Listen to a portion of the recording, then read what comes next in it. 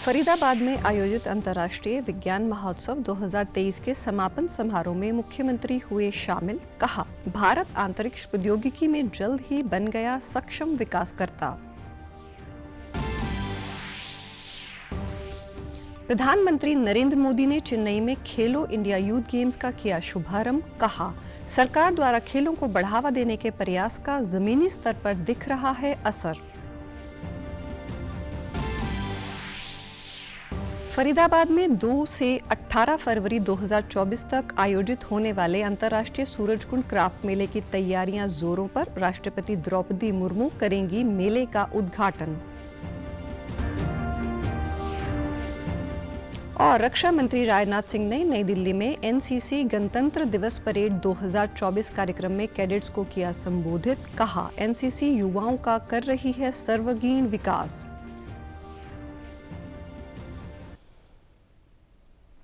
नमस्कार, मैं हूं शैली तनेजा। अब समाचार विस्तार से।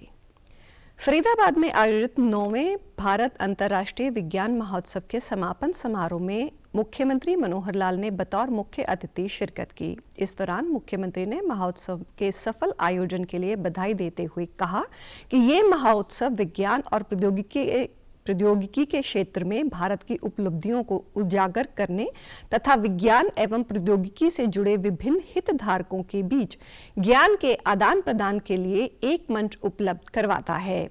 प्रधानमंत्री नरेंद्र मोदी के विज्ञान के प्रति समर्पण को जाहिर करते हुए उन्होंने कहा कि जय जवान, जय किसान, जय विज्ञान और जय अनुसंधान का मंत्र देकर पीएम ने भारत को आगे बढ़ने के लिए नई दिशा प्रदान की है। उन्होंने विज्ञान को प्रयोगशाला से बाहर निकालकर जमीनी स्तर तक पहुंचाने के तरीकों को ढूंढने का आह्वान भी किया। लाल बहादुर शास्त्री जी ने एक नारा दिया था, जय जवान जय किसान, और उसको आगे बढ़ाते हुए हमारे वर्तमान प्रधानमंत्री जी ने नारा दे दिया, जय जवान जय किसान, जय विज्ञान जय अनुसंधान। कि जो हमारी रिसर्च है वो भी बढ़नी चाहिए। तो इस देश के वैज्ञानिकों को, इस देश के छात्र छात्राओं को, इस देश के वैज्ञानिक शिक्षकों को आगे बढ़ाने के लिए देश में बहुत कुछ हो रहा है। चाहे वो चांद के दक्षिणी ध्रुव पर चंद्रयान 3 के सफलतापूर्वक उतारने की बात हो। सीएम ने कहा कि ये हमारे वैज्ञानिकों की अपार क्षमता का ही परिणाम है कि भारत कोरोना की 2 वैक्सीन विकसित करने में सफल रहा। विदेशों को भी वैक्सीन दी गई। आज हम न सिर्फ अपने बल्कि अन्य देशों के भी उपग्रह लॉन्च कर रहे हैं। चांद के दक्षिणी ध्रुव पर चंद्रयान 3 को सफलतापूर्वक उतारने वाला भारत दुनिया का पहला देश बना है। इसके अलावा हमारा यान आदित्य L1 सूर्य की कक्षा में स्थापित होकर सूर्य का अध्ययन कर रहा है। इससे हर भारतवासी गौरवान्वित है। उन्होंने कहा कि भारत जल्द ही अंतरिक्ष प्रौद्योगिकी का एक सक्षम विकासकर्ता बन गया है और हमने सैटेलाइट इंटरैक्शनल टेलीविजन एक्सपेरिमेंट की शुरुआत की है। देश में विज्ञान के क्षेत्र में स्टार्टअप कार्यक्रम की लहर निरंतर आज की युवा पीढ़ी को विज्ञान, प्रौद्योगिकी और नवाचार की ओर प्रेरित कर रही है। मुख्यमंत्री ने कहा कि विज्ञान की शिक्षा को प्रोत्साहित करने के लिए प्रदेश के हर जिले के 10 राजकीय वरिष्ठ माध्यमिक विद्यालयों में विज्ञान क्लबों की स्थापना की जा रही है। ये विज्ञान क्लब युवा छात्रों के बीच वैज्ञानिक सोच एवं जागरूकता पैदा करने में महत्वपूर्ण भूमिका निभाएंगे। एक प्रकार से प्रयोग करने के लिए पूरी छूट दी है कि उस छूट के आधार पर हमारे विद्यालय कैसे आगे अपने विद्यार्थियों को ले जा सकते हैं। इसके लिए मैं आज आपके इस कार्यक्रम की सफलता पर बहुत ही प्रसन्नता, संतोष व्यक्त करता हूं। विज्ञान के नाते हमने एक साइंस सिटी गुरुग्राम अथवा फरीदाबाद में एक बड़े स्तर की साइंस सिटी ये बनाने का संकल्प लिया है और उसके लिए जमीन ढूंढी जा रही है। बहुत जल्द हम फरीदाबाद तथा गुरुग्राम में एक 50 एकड़ जमीन के ऊपर साइंस सिटी का निर्माण करने जा रहे हैं। उसका उपयोग निश्चित रूप से विज्ञान के विद्यार्थियों को बहुत अधिक होगा। प्रधानमंत्री नरेंद्र मोदी ने कल शाम चेन्नई में खेलो इंडिया यूथ गेम्स का शुभारंभ किया। 2 एथलीट्स ने मंच पर पीएम को खेलों की मशाल सौंपी। पीएम ने इस मशाल को स्थापित करके खेलों की शुरुआत की। दक्षिण भारत में इन खेलों का आयोजन पहली बार किया जा रहा है। इसमें विभिन्न खेल स्पर्धाएं 31 जनवरी तक तमिलनाडु के 4 शहरों में होंगी। जमीनी स्तर पर खेलों के विकास को बढ़ावा देने और उभरती खेल प्रतिभाओं को पोषित करने में खेलो इंडिया यूथ गेम्स को बेहद लाभदायक पहल माना जाता है। प्रधानमंत्री ने अपने संबोधन में कहा कि खेलों को सरकार बढ़ावा देने की दिशा में लगातार प्रयास कर रही है। सरकार के प्रयासों का जमीन पर सकारात्मक असर भी दिखा जा रहा है। पीएम ने खेलो इंडिया पहल से हुए लाभ के बारे में भी बातें कही।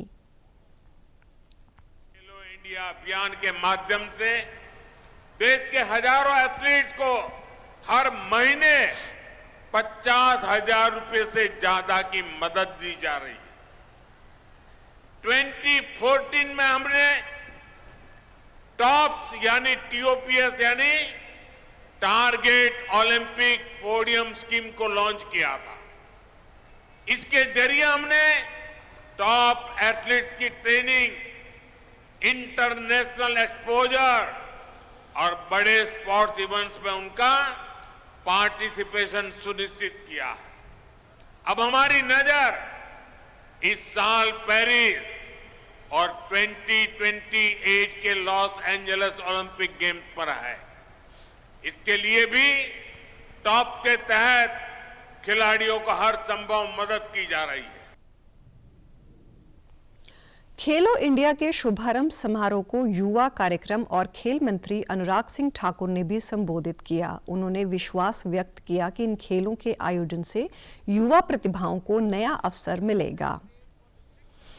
खेलो India youth games, these games are about pushing boundaries and embracing the spirit of youthum. From today to 31st January 2024, 5,630 young athletes from across the country will compete in 26 competitive sports, will battle it out for the glory, fueled by the athletic zeal and the unwavering spirit of sportsmanship. The thrill of squash making its debut in the Khelo India Youth Games, and in this edition, the ancient glory of Silambam showcased as a demo sport. We are building a nation where every child has the chance to experience the joy of sports. Faridabad में अंतर्राष्ट्रीय Surajkund craft मेले की तैयारियां जोरों से चल रही हैं। हरियाणा टूरिज्म विभाग के प्रिंसिपल सेक्रेटरी एमडी सिन्हा ने सभी विभागों के अधिकारियों के साथ बैठक कर आवश्यक दिशा निर्देश दिए। मेले के नोडल अधिकारी यूएस भारद्वाज ने कहा कि 37वां अंतर्राष्ट्रीय सूरजकुंड मेला 2 से 18 फरवरी 2024 तक आयोजित किया जा रहा है। मेले का उद्घाटन राष्ट्रपति द्रौपदी मुर्मू अपने कर कमलों द्वारा करेंगी, जिसको लेकर पुलिस द्वारा खास सुरक्षा व्यवस्था के इंतजाम किए जा रहे हैं। इस बार 500 से ज्यादा विदेशी प्रतिभागी मेले में शामिल होंगे। उन्होंने बताया कि इस बार कंट्री पार्टनर तंजानिया और थीम स्टेट गुजरात है। साथ ही मेले में लोगों को नॉर्थ ईस्ट का प्रसिद्ध क्राफ्ट और कल्चर भी देखने को मिलेगा। 18 फरवरी 2024 माननीय राष्ट्रपति द्रौपदी मुर्मू जी इसका उद्घाटन करेंगी और इसका आयोजन पिछले मेलों से और बड़े स्केल पे किया जा रहा है। अभी तक हमारे पास 500 से ज्यादा फॉरेन नेशन पार्टिसिपेंट्स की कंफर्मेशन आ चुकी है और हम एक्सपेक्ट कर रहे हैं कि हमारे फॉरेनर्स जो हैं 650 से ज्यादा, हमारे 40 से ज्यादा countries, we have got confirmation for more than 40 countries and we are expecting approximately 50 countries to participate in this mela. And as you must be aware of that, Tanzania आपकी बार हमारा पार्टनर कंट्री है, Gujarat theme state है, north east के साथ हमने MOU sign किया है 5 साल के लिए, जो कल्चरल, क्योंकि वहाँ की कल्चरल हेरिटेज काफ़ी रिच है और उसके साथ क्राफ्ट भी काफ़ी अच्छा है, तो वो भी, उनका भी बहुत अच्छा इसमें पार्टिसिपेशन रहेगा। रक्षा मंत्री राजनाथ सिंह ने आज नई दिल्ली में एनसीसी गणतंत्र दिवस परेड 2024 कार्यक्रम में एनसीसी कैडेट्स को संबोधित किया। रक्षा मंत्री ने कहा कि एनसीसी युवाओं के अंदर राष्ट्रवाद भावना जागृत करती है और साथ ही ये व्यक्ति के रूप में आपका सर्वांगीण विकास करती है। आप युवाओं के अंदर राष्ट्रवाद की भावना को जागृत करता है और राष्ट्रवाद की ही भावना जागृत नहीं करता, बल्कि मैं मानता हूं कि नेशनल प्राइड, एक सेंस ऑफ नेशनल प्राइड भी आप लोगों के अंदर एनसीसी में आने के कारण पैदा होती है। और नेशनल प्राइड ये मनुष्य के हृदय की सबसे बलवती भावना होती है जो एनसीसी ज्वाइन करने के साथ आपको मिलते हैं। और यह सारी चीजें एक व्यक्ति के रूप में मैं समझता हूं कि आपके व्यक्तित्व का कंप्रिहेंसिव डेवलपमेंट यानी सर्वांगीण विकास करती है। यह सब आपको अध्ययन के क्षेत्र में तथा अध्ययन के बाद भी आपके अंदर एक निखार लाने में अपनी भूमिका का निर्वाह करती है। नई दिल्ली के कर्तव्य पथ पर 26 जनवरी को 75वीं गणतंत्र दिवस परेड विकसित भारत और भारत लोकतंत्र की मातृका विषय के साथ महिला केंद्रित होगी। नई दिल्ली में कल रक्षा सचिव गिरधर अरमाने ने कहा कि मार्च करने वाली महिलाएं परेड का बड़ा हिस्सा होंगी। राज्यों और केंद्र शासित प्रदेशों, केंद्रीय मंत्रालयों और संगठनों की अधिकांश झांकियां देश की समृद्ध सांस्कृतिक विविधता, एकता और प्रगति का प्रदर्शन करेंगी। पहली बार परेड की शुरुआत 100 महिला कलाकार करेंगी। ये महिलाएं शंख, नाद स्वरम, नगाड़ा सहित भारतीय संगीत वाद्य यंत्र बजाएंगी। रक्षा सचिव ने कहा कि फ्रांस के राष्ट्रपति इमैनुअल मैक्रों इस वर्ष गणतंत्र दिवस परेड में मुख्य अतिथि होंगे। फ्रांस का 95 सदस्यीय मार्चिंग दस्ता और 33 सदस्यीय बैंड दस्ता भी परेड में हिस्सा लेगा। इस वर्ष परेड देखने के लिए लगभग 13,000 विशेष अतिथियों का भी आमंत्रण किया गया है। उन्होंने कहा कि इसका उद्देश्य सरकार के जन भागीदारी के दृष्टिकोण के अनुरूप सभी क्षेत्रों के लोगों को राष्ट्रीय उत्सव में भाग लेने का अवसर प्रदान करना है। इन विशेष अतिथियों में विभिन्न क्षेत्रों के सर्वश्रेष्ठ प्रदर्शन करने वाले और विभिन्न सरकारी योजनाओं का सर्वोत्तम उपयोग करने वाले लोग सम्मिलित हैं। 16 राज्यों और केंद्र शासित प्रदेशों और 9 मंत्रालयों, विभागों तथा संगठनों की कुल 25 झांकियों का परेड के दौरान कर्तव्य पथ पर प्रदर्शन किया जाएगा। हरियाणा की झांकी भी परेड में हिस्सा लेगी। इस वर्ष गणतंत्र दिवस की 75वीं वर्षगांठ के अवसर पर रक्षा मंत्रालय एक स्मारक सिक्का और स्मारक टिकट भी जारी करेगा। Territories displaying the tableaus and 9 ministries of Government of India which will be taking part in the tableau display. This year we'll have the chief guest, the French President Emmanuel Macron. Special program will be Anant Sutra. The saris of different states, different traditions will be displayed in a beautiful fashion. Cool band competition also has to be organized in a major fashion. Veer Gatha is encouraging our students to write about the sacrifices of our soldiers. More than 1 crore 36 lakh students have participated.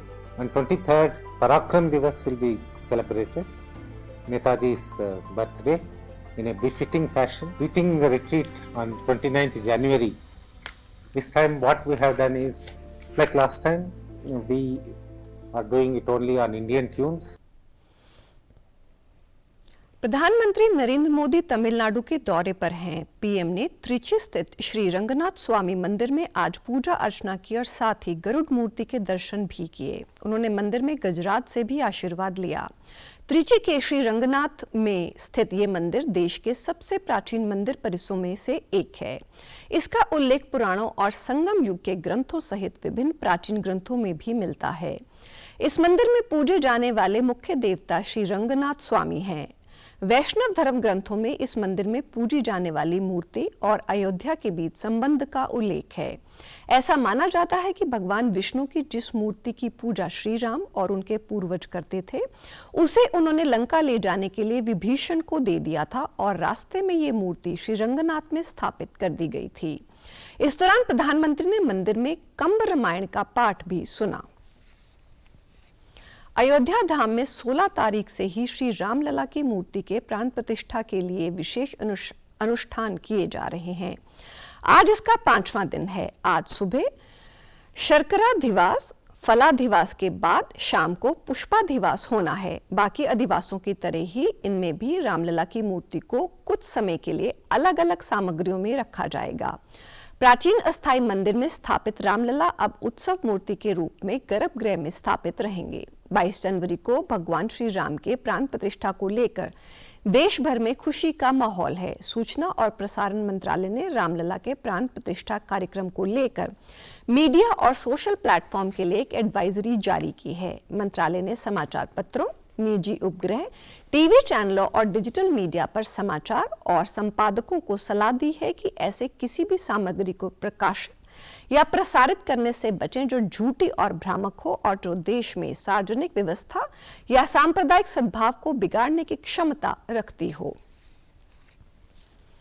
रामकाज करीबे को आतर, चौपाई की ये पंक्तियां 22 जनवरी को सार्थक होती नजर आएंगी, जब प्रदेश भर के देवालयों में राम मंदिर के प्राण प्रतिष्ठा के उत्सव के कार्यक्रम होंगे। इस अवसर पर करनाल के कर्णेश्वर मंदिर में बड़ा आयोजन होगा, जिसमें मुख्यमंत्री मनोहर लाल शिरकत करेंगे। कार्यक्रम के दौरान चांदी का कलश भी चढ़ाया जाएगा। इसके अलावा शहर के अन्य सभी मंदिरों में भी श्रद्धालु भगवान राम के दर्शन करने पहुंचेंगे। इस दिन मंदिरों में सुंदरकांड का पाठ किया जाएगा। मंदिरों में LED लगाकर अयोध्या के कार्यक्रम का सीधा प्रसारण किया जाएगा। इसके अलावा श्रद्धालुओं के लिए भंडारे का भी विशेष आयोजन किया जाएगा। मंदिर कमेटी के प्रधान रविंद्र अग्रवाल ने बताया कि दिन में धार्मिक कार्यक्रमों के बाद शाम को भजन संध्या में दीपमाला भी होगी। इसके अलावा रात में भी मन भावन आतिशबाजी की जाएगी। उन्होंने बताया कि कर्णेश्वर मंदिर में खास बात यह है कि यहाँ वर्षों से श्री राम लिखा पत्थर पानी में तैर रहा है, जिसे वर्ष 2003 में रामेश्वर से लाया गया था। इसके दर्शन करने के लिए रोजाना श्रद्धालु पहुंचते हैं। पंडित षष्ठी वल्लभ के अनुसार 1984 में मंदिर का निर्माण हुआ था। यहाँ पर पंचमुखी शिवलिंग भी स्थापित किया गया है। जनवरी का तो हमने हमारी ये रजत जयंती भी मनाई जा रही है। उसके उपलक्ष्य में हम जो है क्या नाम उसका पूजन करके चांदी के कलश का वो माननीय मुख्यमंत्री जी के कर कमलों द्वारा वो जो है उसकी स्थापना की जाएगी। ये राम सेतु का जो पुल बना हुआ था उसी का ये एक प्रस्तर खंड है, उसी में से टुकड़ा जो है उसी का है। रामेश्वरम से लाया गया है। रामेश्वरम में कई बार ये जो है वो तैरते हुए आते हैं समुद्र के किनारे, तो वहाँ से जो है ये लेकर के आए थे। मंदिर के जो सदस्य हैं वे ही मंदिर से यहाँ से गए थे, तो वहाँ से जो है इसको लेकर के आए हैं।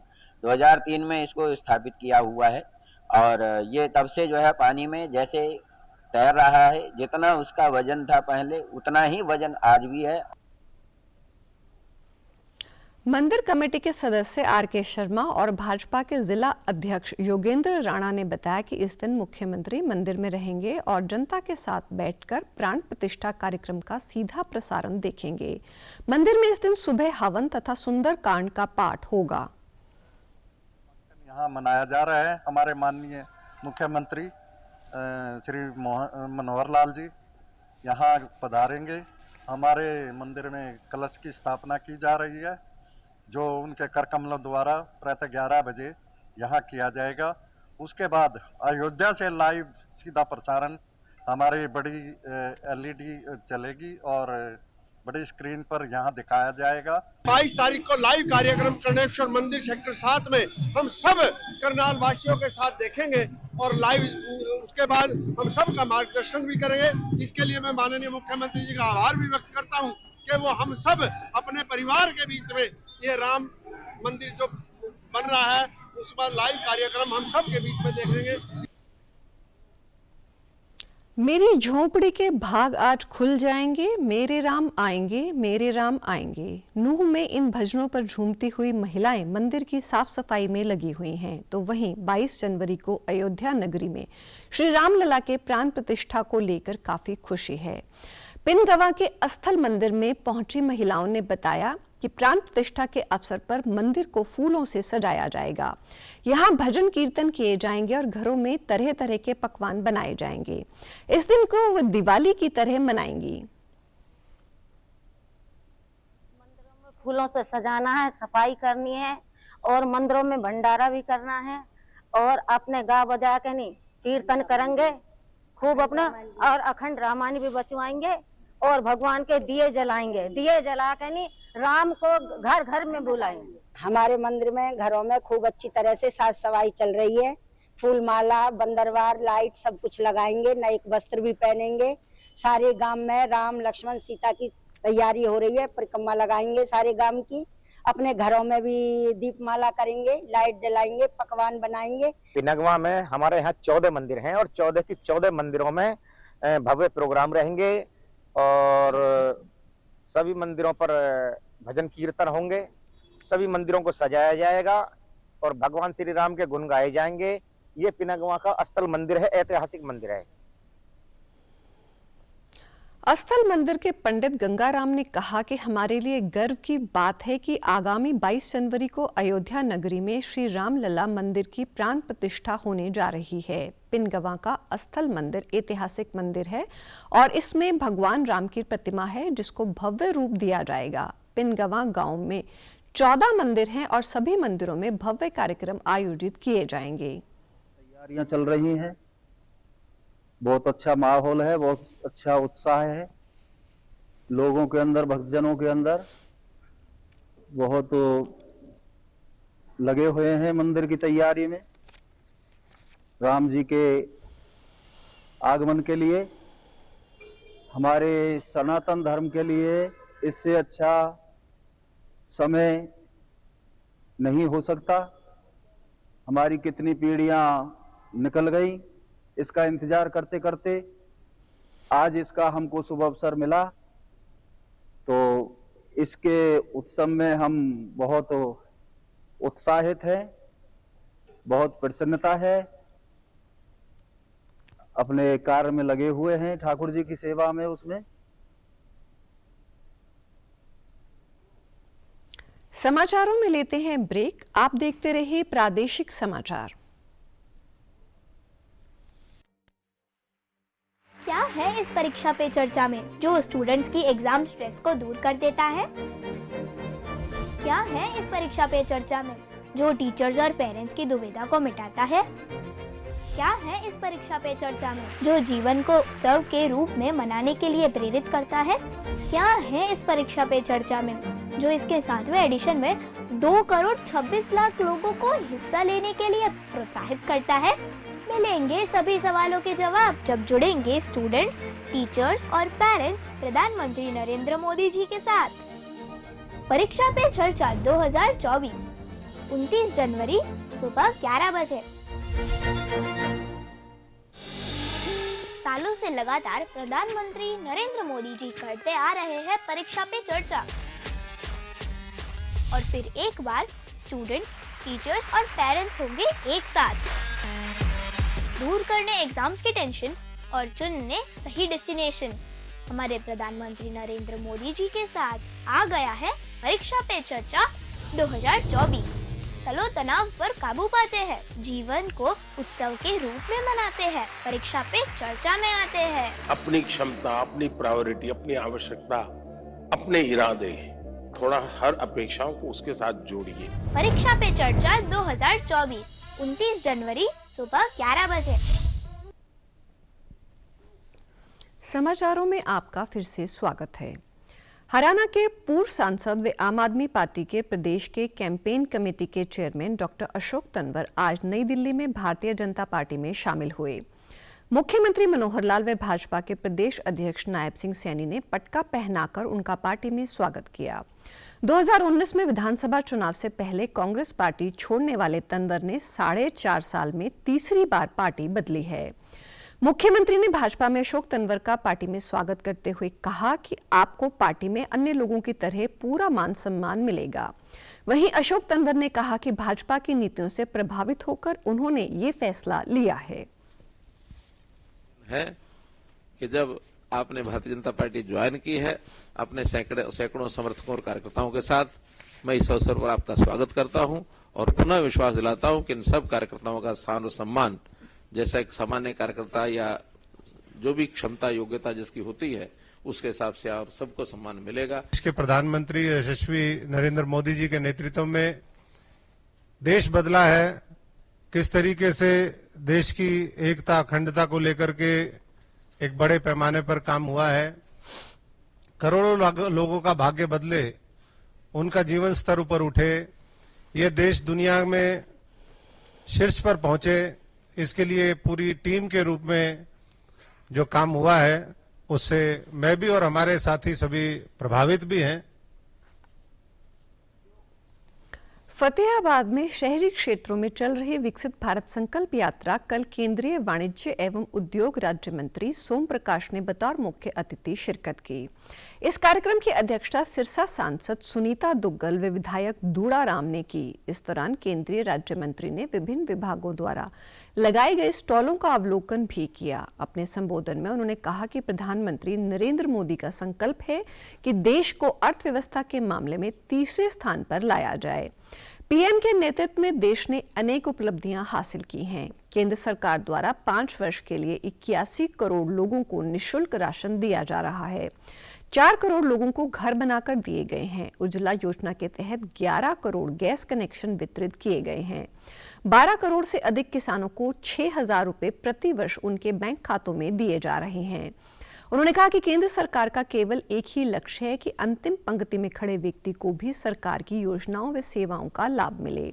गरीब लोगों के निःशुल्क इलाज के लिए 5 लाख रुपए तक के आयुष्मान कार्ड बनाए जा रहे हैं। देश के सभी नागरिक समाज व राष्ट्र के नवनिर्माण में अहम भूमिका निभाते हुए वर्ष 2047 तक भारत को विकसित राष्ट्र बनाने में अपना योगदान दें। देश बना है, सबसे ज्यादा इन्वेस्टमेंट इंडिया में फॉरेन डायरेक्ट इन्वेस्टमेंट हो रही है और देश तेजी से तरक्की कर रहा है। हम सब संकल्प भी लेते हैं कि गुलामी की मानसिकता छोड़कर देश में तेजी से तरक्की करे, इसमें हम योगदान डालेंगे और अच्छे नागरिक होने का कर्तव्य भी निभाएंगे। और सारी सेंट्रली स्पॉन्सर्ड स्कीम जो लोगों तक पहुँचाई जा रही हैं ताकि लोग उसका ज़्यादा से ज़्यादा फायदा ले सकें।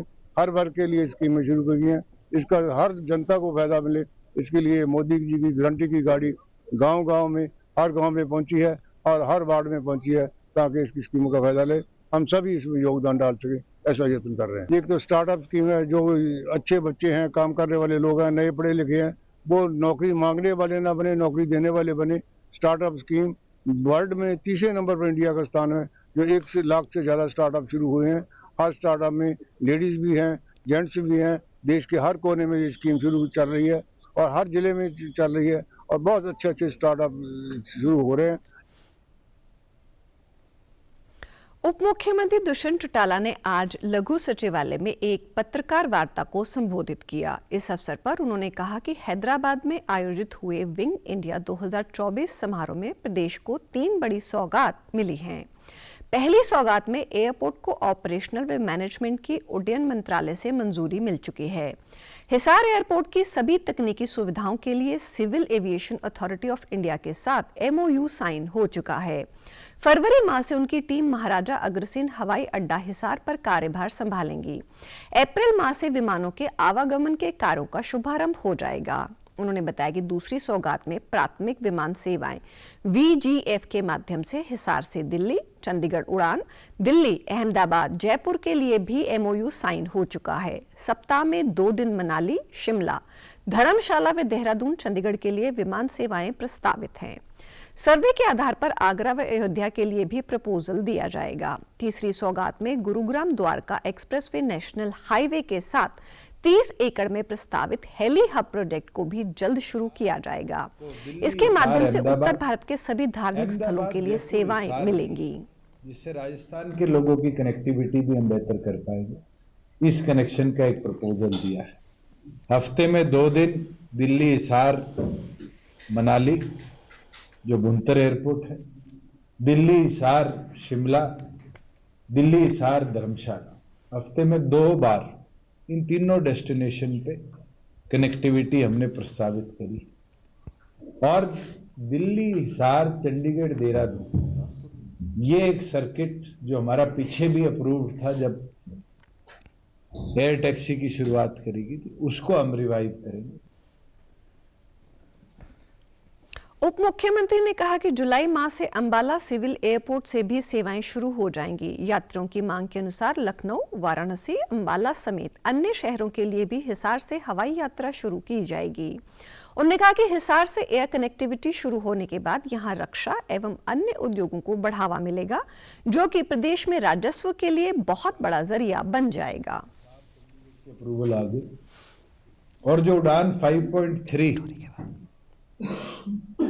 परसों लॉन्च हुई थी, उसके अंदर अलायंस सर अगले 1 महीने में जो हमने रूट्स उनको फाइनलाइज कर दिए, जिसमें दिल्ली हिसार जम्मू, जम्मू हिसार दिल्ली की कनेक्टिविटी को हम प्राथमिकता देंगे, जिसमें टूरिज्म का एक पॉइंट है, वैष्णो देवी के साथ अटैचमेंट श्रद्धा की सबकी है, धार्मिक आस्था भी है, और उसके साथ साथ हजारों की तादाद में हमारे फौजी भाई, पैरामिलिट्री के भाई बॉर्डर पर जो देश सेवा में उतरे हुए, उनकी कनेक्टिविटी हरियाणा के साथ है, उसको हम लेकर आगे बढ़ रहे हैं।